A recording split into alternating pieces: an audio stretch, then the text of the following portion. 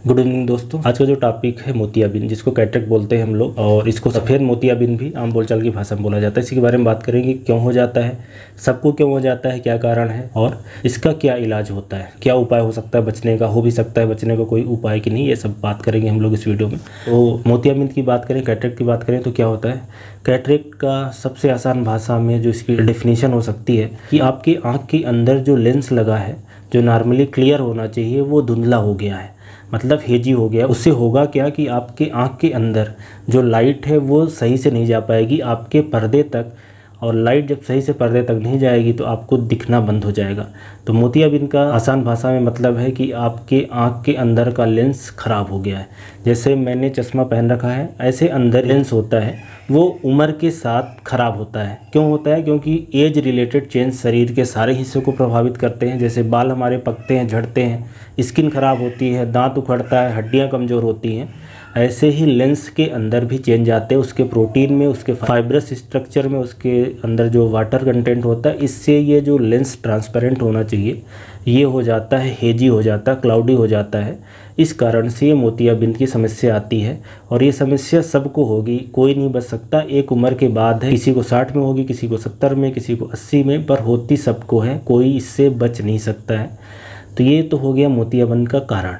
अब आ जाते हैं इसके लक्षण को समझते हैं कि हम कैसे पहचान सकते हैं कि मेरे आँख के अंदर मोतियाबिंद आ गया है कि नहीं। तो इसका जो महत्वपूर्ण लक्षण ये है कि आपको दिखना बंद हो जाएगा। क्यों दिखना बंद होगा? क्योंकि जो लाइट आपकी आँख में जानी चाहिए वो जा ही नहीं पाएगी। रास्ते में जो लेंस लगा है, जो नॉर्मली लाइट को आपके आँख के पर्दे तक ले जाता है, वहाँ तक जाने से रोकेगा, लाइट को फैला देगा, लाइट को ब्लॉक कर देगा। इससे आपको दिखना धीरे धीरे कम हो जाएगा। और जो नाइट का विजन है, स्पेशली रात के अंधेरे में दिखना, वो कम हो जाना। आँखों के सामने रोशनी ज़्यादा लगना, जिसको हम लोग हेलो बोलते हैं। रात में गाड़ी चलाएंगे आप तो सामने से जो लाइट है वो फैली फैली सी लगेगी। जो चश्मे का आपका नंबर है वो बढ़ जाएगा, चश्मे का नंबर चेंज हो जाएगा। तो इस तरह की समस्याएं आती हैं जब किसी को मोतियाबिंद चालू हो जाता है। ठीक है, मतलब उनका जो विजन है वो प्रभावित होने लगता है। तो ये तो हो गया लक्षण। लेकिन कंफर्म कैसे करें कि मुझे मोतियाबिंद ही है कि दूसरी और कोई समस्या तो नहीं है, पर्दा तो नहीं ख़राब हो रहा है, या जो जेल भरा हुआ है आँख के अंदर, जो वाटर भरा हुआ है जिसको हम लोग विट्रियस बोलते हैं, वो तो नहीं ख़राब है। उसके लिए आपको जाना है डॉक्टर के पास, और वो जांच करके आपको बता देंगे। उनके पास इंस्ट्रूमेंट होते हैं, एक थर्मोस्कोप है, एक तरीके का वो लेंस ही है जिसमें आँख के अंदर देखा जा सकता है। दूसरी मशीनें हैं स्लिट लैंप एग्जामिनेशन है, उससे आँख के अंदर का स्ट्रक्चर या लेंस देखा जा सकता है कि मोतियाबिंद आया है अभी कि नहीं आया है। और जो आँख की टेस्टिंग होती है, विजन टेस्ट होता है, पढ़वा के भी चेक किया जा सकता है कि अभी आपको कितना दिख रहा है। और उससे रिफ्रैक्शन वाला चेकिंग होती है कि कहीं आपके नंबर में तो कोई चेंज नहीं है, वो सब भी किया जा सकता है। बहरहाल इससे पता चल जाएगा कि मोतियाबिंद आ गया है कि नहीं आ गया है। जो मोतियाबिंद है उसको हम लोग 3 तरीके से क्लासीफाई करते हैं कि शुरुआत का मोतियाबिंद है, अर्ली मतलब जस्ट स्टार्ट हुआ है, फिर मैच्योर हुआ है, मतलब कि जो मोतियाबिंद है पूरे आँख में फैल गया है, अब जो लेंस है वो अच्छा सख्त हो गया है। और एक होता है हाइपर मैच्योर, मतलब ज़्यादा मैच्योरेशन होता है, तो उसमें फिर वो लेंस टूटने का रिस्क रहता है, तो वो ज़्यादा एक खतरनाक बात हो जाती है। कहने के मतलब है कि बहुत ज़्यादा नहीं पकना चाहिए। या तो आप मोतियाबिंद का ऑपरेशन जल्दी करा लें, या तो पकने का इंतज़ार कर सकते हैं। ये तो इस बात पर डिपेंड करता है कि आप किस तरह के ऑपरेशन का चुनाव करना चाहते हैं।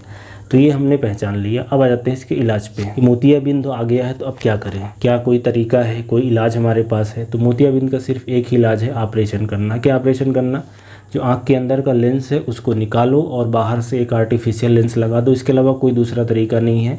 जैसे ये मेरा चश्मा है, अभी क्लियर है, इसमें दाग धब्बे आ जाएंगे, तो कोई तरीके से ये नहीं ठीक होगा, ना कोई दवाई डालने से, ना एलोपैथिक की दवा, ना आयुर्वेद की दवा, ना होम्योपैथिक की दवा, ना कुछ खाने से, न योगा करने से, न एक्सरसाइज करने से, न दिनचर्या में इम्प्रूवमेंट करने से। एक बार ये लेंस ख़राब हो गया तो उसको बदलवाना ही है, और दूसरा कोई तरीका नहीं है।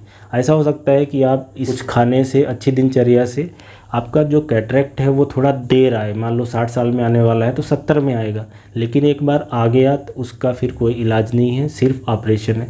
ऑपरेशन में क्या करना है? ऑपरेशन में ये करना है कि जो लेंस है उस लेंस को निकाल के और एक नया बाहर से लेंस डालना है।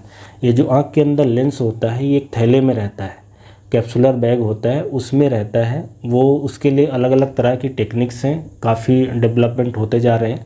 तो अभी जो इंडिया में 3 या 4 तरह की टेक्निक्स परफॉर्म होती है, बेसिकली 3 तरह की। एक तो होती है स्मॉल इंसिजन कैटरेक्ट सर्जरी, जिसमें आँख के अंदर एक इंसिजन लगता है 5 से 6 mm का। उस इंसिजन के अंदर से जो लेंस है उसको पूरा का पूरा निकाल लिया जाता है। तो इसमें लेंस को तोड़ते नहीं, पूरा निकाल लिया जाता है। तो ये बेसिक सर्जरी है जो कि करी जाती है, जो सबसे सस्ती सर्जरी है यही वाली करी जाती है। हालांकि इसमें भी आँख में कोई टाँके नहीं लगते और रिकवरी भी जल्दी हो जाती है। हॉस्पिटल में 1 ही दिन रुकना होता है और कोई विशेष इसमें साइड इफ़ेक्ट वगैरह नहीं है। आँख में ना तो कोई दर्द होता है, ना तो टाँके लगते हैं, ना इसमें बेहोशी देने की ज़रूरत है। इसमें लोकल एनेस्थीसिया आँख के अंदर बूंद डालते हैं, उससे ऑपरेशन वगैरह हो जाता है। तो ये बेसिक ऑपरेशन है। इसके अलावा जो लेंस है उसको तोड़ा जा सकता है, तो उसको अल्ट्रासाउंड वेव से तोड़ा जा सकता है, फेको इमल्सिफिकेशन बोलते हैं, या तो आजकल लेज़र लाइट से तोड़ा जा सकता है। तो लेज़र सर्जरी होती है, फेमटो लेज़र। और इसके लिए आजकल ऑटोमेटिक रोबोटिक सिस्टम भी आ गया है, जो जब फेको टेक्निक की जाती है, जिसको हम लोग बोलते हैं micro incision cataract surgery. Micro incision cataract surgery में बहुत छोटा सा चीरा लगता है, 2 से 3 mm का चीरा लगता है और 2 या 3 चीरे लगाने पड़ते हैं। और एक जो लेज़र टेक्निक है उसमें भी 2 mm के अंदर के चीरे से काम हो जाता है, 1-2 चीरा। तो कहने का मतलब है कि लेज़र वाली टेक्निक से तो आप सेम डे घर जा सकते हो, और इसमें ना कोई पट्टी, ना कोई चश्मा, ना कोई बेहोशी, ना कोई दर्द, ना कोई इंजेक्शन, कुछ नहीं करना है। तो इस तरीके से टेक्निक्स हैं। पर ज़्यादातर जो कैंप वगैरह की, जैसे मैं बात करूं कि अपने देश में ज़्यादातर लोग कैंप वगैरह में कराते हैं, मेडिकल कॉलेज वगैरह में कराते हैं, उसमें एक 5 से 6 mm का चीरा लगता है, पूरा लेंस निकलता है और दूसरा लेंस चला जाता है। लेंस अलग अलग क्वालिटी के आते हैं, काफ़ी तरह के आते हैं, जैसे कि मोनोफोकल है, मल्टीफोकल है, कुछ लेंस होते हैं हाइड्रोफिलिक, कुछ हाइड्रोफोबिक, कुछ बाहर से आए रहते हैं, इंपोर्टेड रहते हैं, कुछ इंडिया के बने हुए रहते हैं, कुछ में रिफ्रैक्शन करेक्शन हो सकता है, कुछ ऐसे रहते हैं जिसमें यूवी रेस से प्रोटेक्शन रहता है। तो ये पेशेंट की चॉइस नीड के हिसाब से रहता है। बेसिक जो लेंस होता है वो भी आपका जो काम है वो कर देगा। तो आप जहाँ पे भी आपको सही लगे आप करा लें, सारी जगह ये ऑपरेशन होते हैं और अच्छे से हो जाते हैं, सक्सेसफुल रहते हैं। तो कहने का मतलब है कि आपको ऑपरेशन ही कराना है, दूसरा कोई तरीका नहीं है। ऑपरेशन 10 से 15 मिनट के अंदर हो जाता है और ऑपरेशन से कोई विशेष साइड इफ़ेक्ट नहीं आता। जो कोई समस्या थोड़ी बहुत आती है उसको ठीक करा जा सकता है। लेंस का चुनाव, ऑपरेशन के टाइप का चुनाव, ये सब आपकी आँख की क्या पोजीशन है, आपको ज़रूरत क्या है, आपकी एज क्या है, आपको डायबिटीज़ है कि नहीं, ब्लड प्रेशर है कि नहीं, आँख के अंदर इन्फेक्शन तो नहीं है, आपके आँख का पर्दा कैसा है, आपका बजट क्या है, ये सब चीज़ें देख के डिसाइड किया जा सकता है। तो ये तो हो गया ऑपरेशन। और अगर प्रिवेंशन की बात करें कि क्या इससे बचा जा सकता है, तो ये आप समझें कि ये एक ऐसी बीमारी है जो कि बुढ़ापे के साथ होती है। एज रिलेटेड चेंज है मोतियाबिंद कैटरेक्ट सफ़ेद मोतिया, जो आपके बस में नहीं है। ये लेंस के प्रोटीन के स्ट्रक्चर में चेंज आता है, जैसे कि अपने बाल पकते हैं, स्किन झुर्रियाँ पड़ती हैं, हड्डियाँ कमज़ोर होती हैं, मांसपेशियाँ सिकुड़ती हैं, ऐसे ये लेंस ख़राब होता है। तो इससे कोई नहीं बच सकता, सबको होना है। एक आँख में ऑपरेशन करा लिया, दूसरे में कुछ दिन बाद आप कराओगे। एक चीज़ करा जा सकता है कि अगर आप दिनचर्या में सुधार करते हैं, अगर आप अच्छी हेल्दी लाइफस्टाइल जीते हैं, तो हो सकता है कि जो आपको कैटरेक्ट जल्दी आने वाला था वो थोड़ा सा बाद में आए।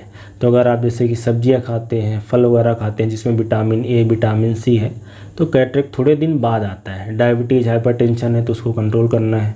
आँख के अंदर चोट न लगने पाए, आँख के अंदर इन्फ्लेमेशन है तो उसका इलाज कराएं। स्टेरॉइड की जो दवाइयाँ हैं वो ना खाएँ। तो इस तरह की कुछ चीज़ें हैं जो रिस्क फैक्टर, उसको आप हटाएंगे तो ये बीमारी कैटरेक्ट की थोड़े दिन बाद होगी, लेकिन होगी सबको।